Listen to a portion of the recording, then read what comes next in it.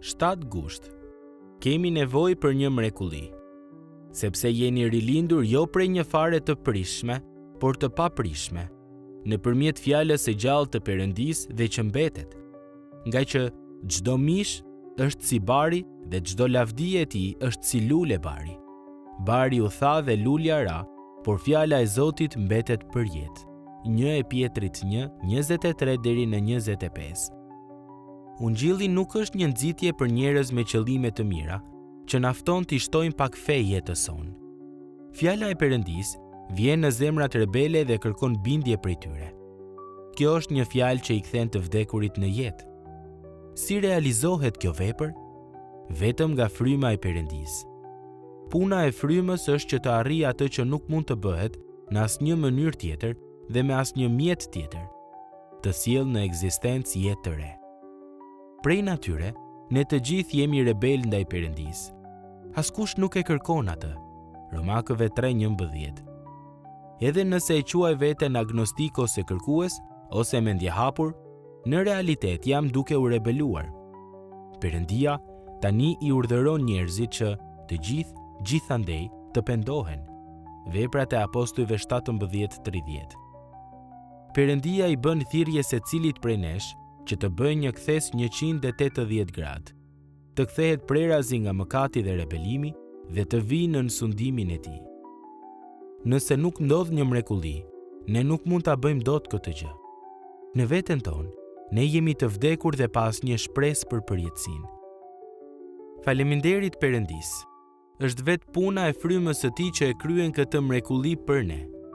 Jeta e re është diçka të cilën e arrin Perëndia, jo diçka të cilën e sajojmë ne.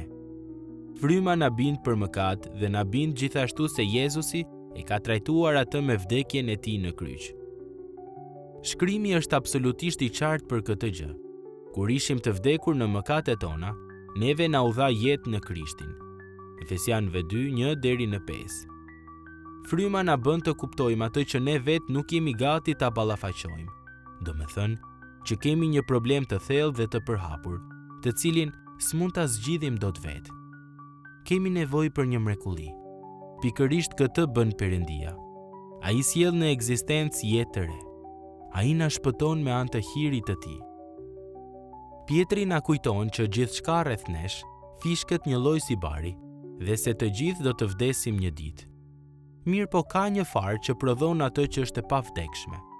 Kjo farë që mbillet në ne nga fryma dhe që do të rritet e do të lulëzoj për gjithë përjetësinë, është jeta e lindur sërish përmes ungjillit.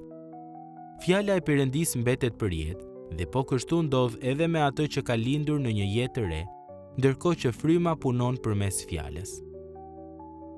Sapo të na ketë ndodhur kjo, ne nuk e shohim më Biblën vetëm si një libër historik ose si një histori frymëzuese. Përmes punës së frymës, Bibla bëhet një dritë që ndriçon jetën e vërtetë dhe sytan hapen për të kuptuar se kush është Perëndia. Kjo është arsyeja pse e studiojmë Biblën, për ta parë dhe për ta njohur më mirë atë që na ka shpëtuar dhe me të cilin do ta kalojmë përjetësinë. Prandaj, dashuria e Jezusit ju tërheqët tek ai. Gëzimi i Jezusit ju aftësoft për t'i shërbyer atij. Paqja dhe kënaqësia që vijnë nga njohja e Jezusit ju dhënçin qëndrueshmëri dhe qartësi, ndërsa reflektoni se ku keni qenë. Mendoni se ku jeni dhe meditoni për faktin se ku po shkoni. Trupi juaj toksor do të vdes, por ju do të jetoni për jetë.